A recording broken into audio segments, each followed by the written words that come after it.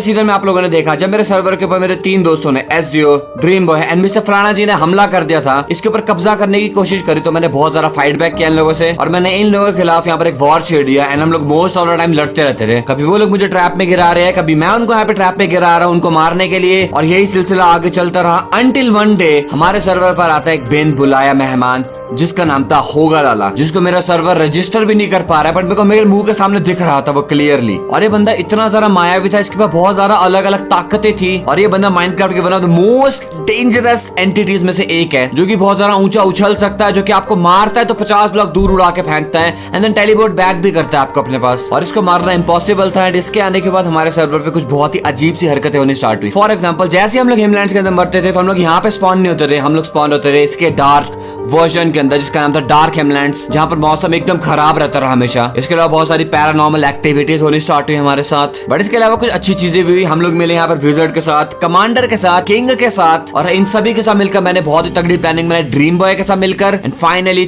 30th episode जो कि हमारा लास्ट एपिसोड था सीजन 3 का, उसके अंदर हम लोगों ने एंटरटेन होगा लाला को कैप्चर किया। बट इस ट्रैप को कंप्लीट होने के सिर्फ 3 सेकंड बचे थे, उसी टाइम को होगा लाला का एक शॉट पड़ती है एंड मैं वहां पे मर जाता हूँ। अब मेन सवाल ये है कि मैं कहां पर स्पॉन होऊंगा। एंड सीजन 5 की शुरुआत में मैं स्पॉन होता हूँ फारलैंड्स के अंदर, जो कि हमारे घर से लगभग 1,25,00,000 ब्लॉक्स दूर था। तो यहाँ पर मैंने बहुत सारे छोटे छोटे मिशन पार किए एंड इन दी एंड एक टाइम मशीन का इस्तेमाल करके मैं वापस से अपने हिमलैंड्स के मेन वर्ल्ड के अंदर पहुंचता अपने दोस्तों के पास। लेकिन जब मैं टाइम मशीन से वापस आ रहा था तो वहां पर किसी ने टाइम मशीन के साथ छेड़खानी करने की कोशिश करी, जिस वजह से क्या हुआ कि मेरी स्किन फेड हो गई थी। और मिड सीजन में हम लोगों को पता चलता है कि जो ये हरकत करी थी ये करी थी एक इनविजिबल एंटिटी ने, जो कि और कोई नहीं हुला लाला है, होगा लाला का भाई। और इसने ठान लिया था कि किसी भी तरीके से अपने भाई होगा लाला और डार्क एंटिटी को जेल के अंदर से छुड़ा के रहेगा, और इसने डेविल्स के साथ हाथ मिलाकर हमारे हिमलैंड्स को डिस्ट्रॉय करने की साजिश रची ताकि हम लोग उसमें व्यस्त हो जाएं। और दूसरे साइड से ये अपने भाइयों को आजाद करने में लग गया था, बिकॉज सबसे आखिर में से नूबड़ा जी को एक थर्ड डायमेंशन में ले जाकर वहां पर कैप्चर कर दिया था, और मेरे दोनों दोस्तों को एसजे और ड्रीम बॉय को एक जेल में डाल दिया था। और जब मैं गया गाइस उस थर्ड डायमेंशन में अपने नूबड़ा जी को बचाने के लिए,